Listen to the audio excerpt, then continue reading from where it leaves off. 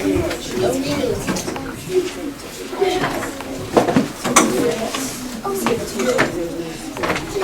very first thing they did when they walked in was to open up their agendas, and then they grab a book to read for dear time, and they read the morning message that I have up on the easel.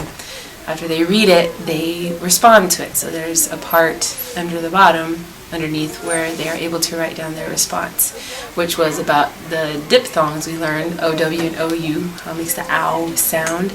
We had reviewed that on Monday. So today, they were able to also use the anchor chart with the Band-Aid of the ow sound, the diphthongs. And on their desk, they had an index card. And after they responded on the easel, they write down their own word that has the diphthong in it, and they were to circle the diphthong that they had. It doesn't say ow.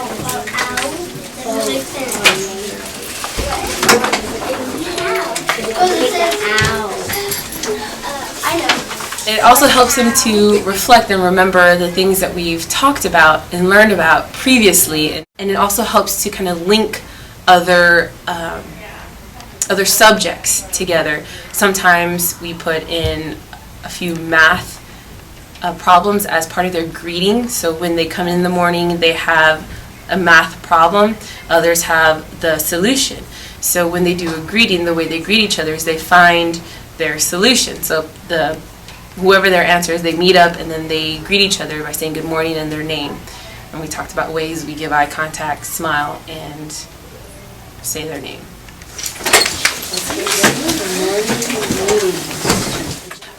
So they move their desks against the wall to clear the area in the center of the room, which is where we sit in our circle for morning meeting. We practiced it when we first started morning meetings. We practiced moving the chair first and then the desk, or if they were facing the wall, then they would move their desk first and then their chair. So that took a few days of practice. It actually took about a week, and then they were able to do it easily on their own, and I would think safely, or carefully and safely.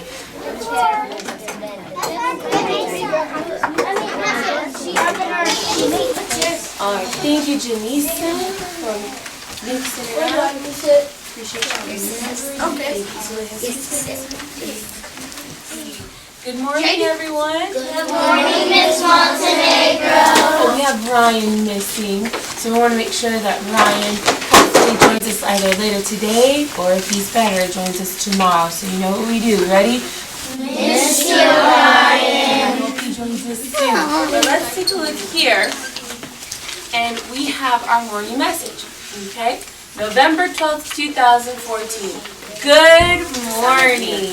Talk about similarities and differences. What's that called? We're going to compare and contrast. Very good. After you talk about your similarities and differences, after you compare and contrast, you're going to find another buddy to compare and contrast your word with.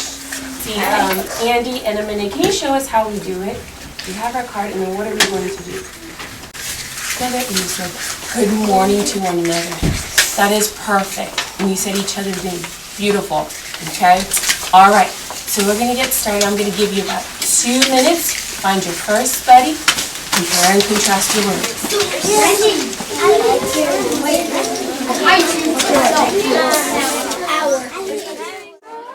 Well, the morning meetings have helped in a big way. I've seen a difference from like the first few weeks, first month of school to now, and it's helped in ways where they are able to speak to each other, just socially able to communicate in better manners, and also becoming more self-aware of their actions and self-aware of their learning.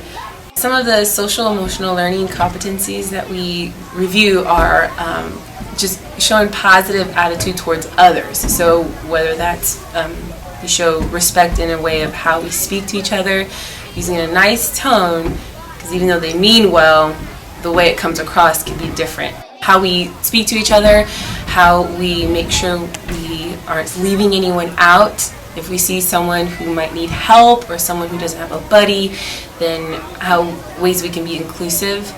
And also just good manners, like saying thank you and please and excuse me.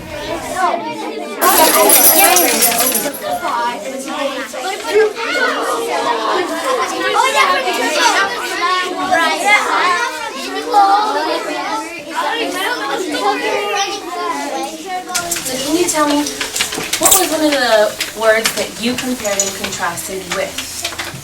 Anya, what was the word that you reading journal? Pencil and reading journal. Carefully and safely. Read your One of the days we talked about positive attitude and ways we can share a positive vibe in the classroom.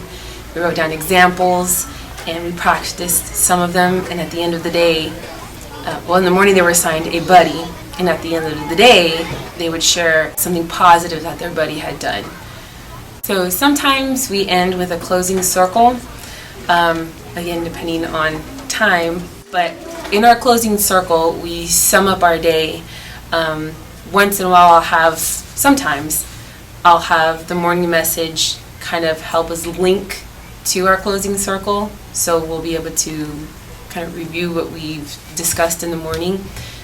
So when I call your name, I want you to come up and start one of the Energizers for us, just like we did last time. Okay, so come on, think of an Energizer you'd like to do. Remember we did the robot, and we've done a robot. You can do boom chicka boom. We've done flea fly mosquito. Okay, so think of one that you'd like to do with the class. Okay, all right. Just look at me and a robot you will see. Robot said attention. Robot says begin. Right arm, left. What would you do if a robot you could see? Just look at me and a robot you will see. Robot said attention. Robot says begin. Right